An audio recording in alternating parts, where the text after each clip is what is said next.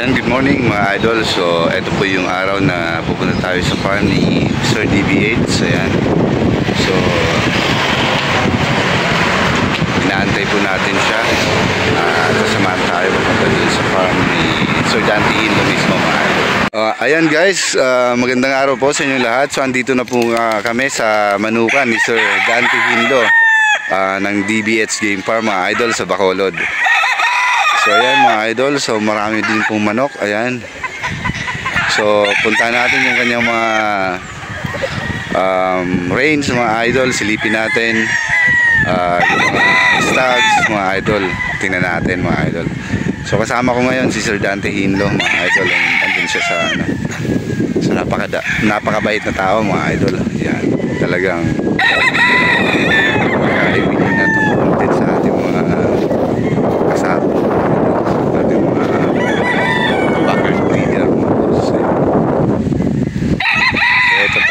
Sa manukan sa DB8 Game Farm. So yan mga idol, ayun sa baba mga idol, yung mga green na yun yung mga bagong harvest yung mga hardening pa ni Sir Dante Hindo. Ayan, mga bagong harvest nest tags.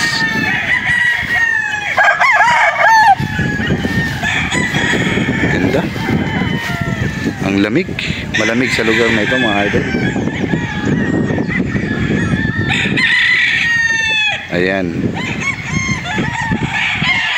So yan guys, ito pala yung mga pullets kung saan nakalagay yung mga inahin ni Sir DB8 mga idol. Yan, ang lalaki. Grabe ang lalaki. Ayan mga idol, oh.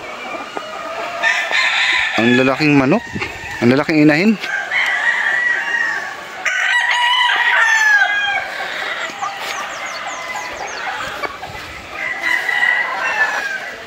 Ayan guys, kung saan nakalagay yung mga inahin ni Sir DB8 mga idol. Ang lalaki.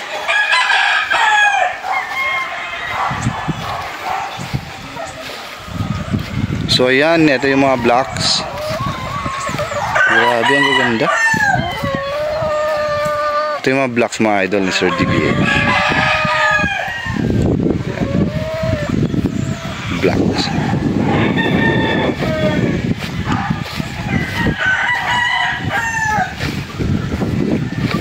Yan, mga pullets. So napakabait mga idol ni Sir DB8. Ayan, so bali nakadali na naman ako ng niregaluhan ako mga idol ng mga inahin. So eto mga idol yung mga stags. Ayan, oh.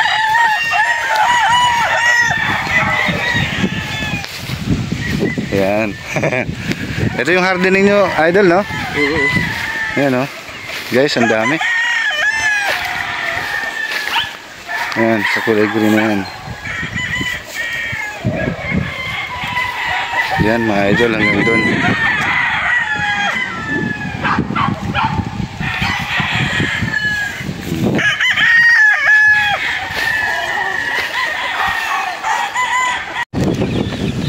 So guys, ito yung range ng sisyo ni Sir DB8. Ayan.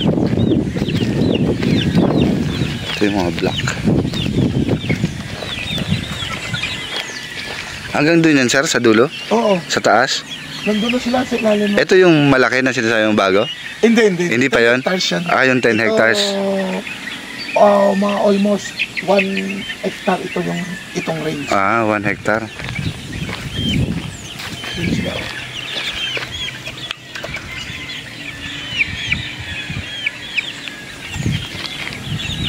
Ito yung marami. Bulik.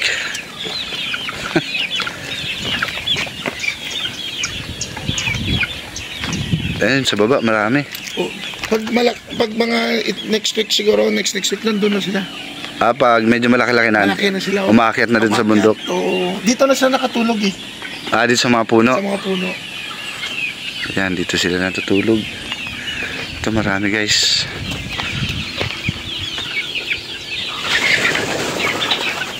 Yan, sisigla.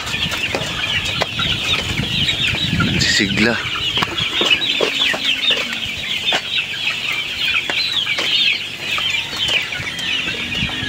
Yun. Diyan tayo dadaan ka para...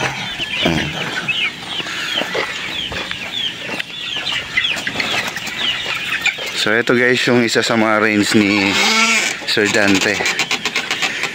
Yung 1 hectare na ito hanggang dun sa dulo. Bukod pa yung malaki na bago niyang binuksan. Yan. Ganda. Talagang makakabili yung masisiw. Hanggang dun sa Kita mo dulo. meron mga flaglet, no? Oo, flaglet. Dahil may mga ano dito, yung eagle, hawk, Yung mga bumababa. bumababa, kinakain nilang sisiw. So para ito yung purpose niya, yung mga ganito, yung mga plugs.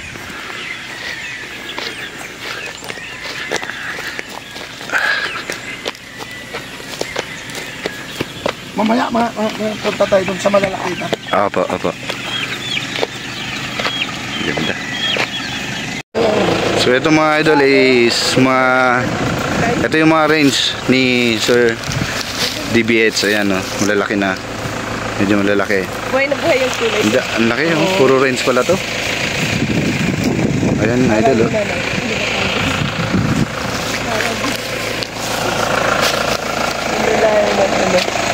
So pinasyal niya tayo dito sa kanyang range para makita natin. Ayan.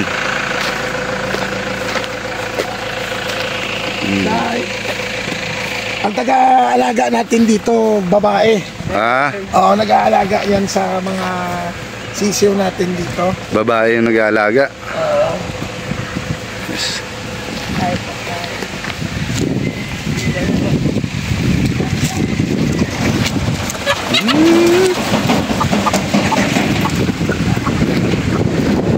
Separate yung medyo malalaki na, separate yung mga ganito din na edad.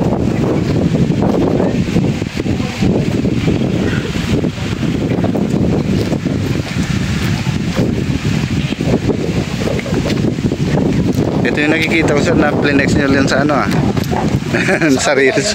Ito yung mga ganyan, lagayan. Hindi na sila natutulog dyan. Idol Mark, hindi na sila natutulog dyan. Yung pagdating ng 1 month yung edad nila, sa kahoy na sila natutulog. Dito sa mga kahoy na to. Ito yung shelter nila, para na lang kung may ulan, Ayan, may guys, asa po ito. At doon na sila kumakain, para hindi mapanis yung pagkain. Okay. So bali kapag may ulan, pumapasok doon sa loob. Yung kainan, Yung kainan, sila, nilalagay doon sa loob. dahil hindi naman sila maano pag naulan, dahil kompleto na silang balahibo. Opo. So yan, ganda. Ang tulugan nila. Ayun sa baba pala, ang daming manok. Ayan.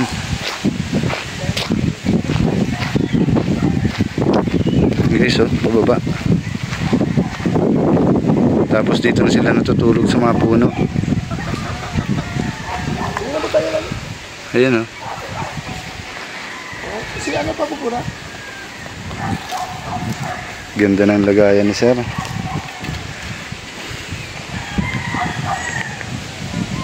Ayan mga idol. Mapuno.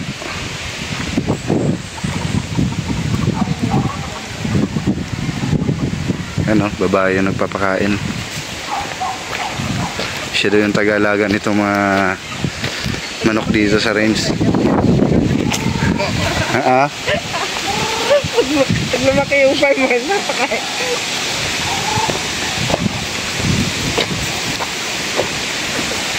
Ayan sila guys, kakain.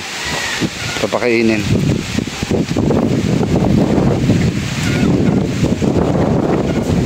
Alagang DBH and Sons Game Farm.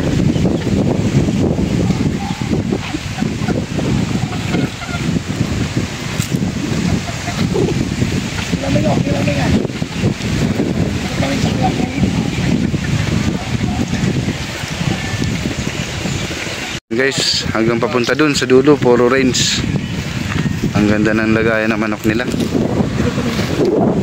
So pupunta kami dun sa kabila. So yan mga idol, papunta kami dito sa kabila. Ano sir, batch 5? Batch 5. Yun, so batch 5. Yung pinunta natin ng una, batch 8. So separate yung mga batches.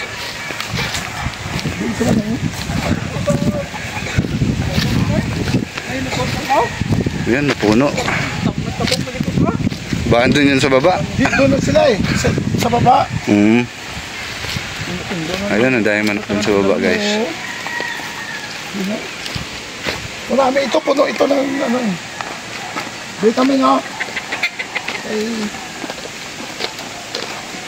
abidyo ko nang siya. Nandun sila sa market.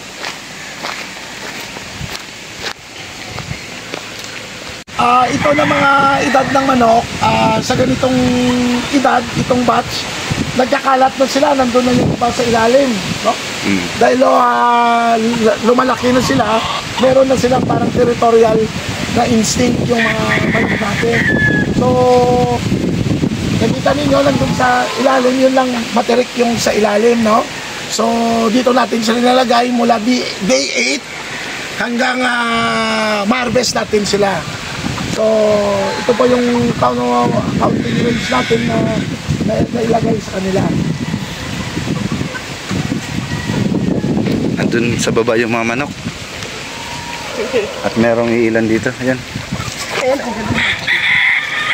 guys, oh. Pero yung iba na marami andun sa baba ng bundok. Ayan. So, ang ganda. Ang ganda ng ano ni sir. Idol talaga sa mga pagdating sa breeding at siyempre pag-aalaga ng manok. Yan si Sir DBH. Ayan.